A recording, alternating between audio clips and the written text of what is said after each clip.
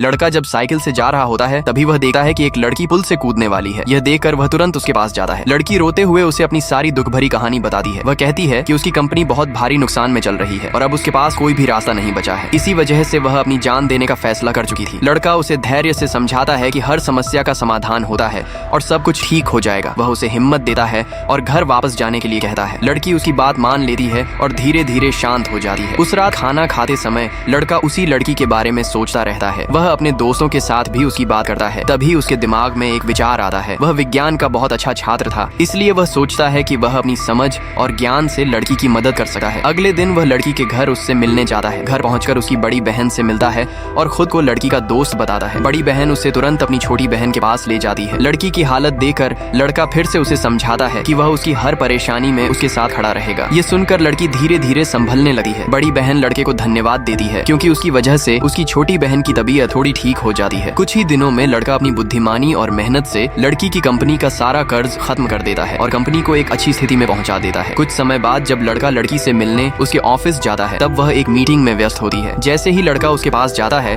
लड़की उसे दूर जाने के लिए कह देती है। तभी वहाँ उसका बॉयफ्रेंड आ जाता है और उसको वहाँ से जाने के लिए कहता है। वह लड़के का अपमान भी करता है। लड़का चुपचाप सब कुछ सह लेता है और कुछ नहीं कहता। जब यह बात लड़की की बड़ी बहन को पता चलती है तो वह अपनी छोटी बहन को लेकर लड़के से माफी मांगने जाती है, लेकिन वहाँ भी लड़की घमंड दिखाती है और लड़के के सामने फिर से उसका अपमान करती है। बड़ी बहन गुस्से में उसे थप्पड़ मारने वाली होती है, लेकिन लड़का उसे रोक लेता है। कुछ दिन बाद लड़की की कंपनी का 1 साल पूरा होने पर एक बड़ी मीटिंग रखी जाती है। वहाँ सभी लोग मौजूद होते हैं और वह लड़का भी वहाँ होता है। जब बड़ी बहन कंपनी के कंप्यूटर में शेयर की स्थिति देखती है तो पता चलता है कि कंपनी के शेयर की कीमत आसमान छू रही है। उधर जिस लड़की के साथ उसका बॉयफ्रेंड था उसकी कंपनी के शेयर पूरी तरह गिर चुके होते हैं। यह देखकर उसका बॉयफ्रेंड घबरा जाता है। जब उसे पता चलता है कि उसकी सारी पूंजी डूब चुकी है तो वह फिर से उसके पास दोस्ती करने के लिए जाता है क्योंकि अब उसके पास कुछ भी नहीं बचा था।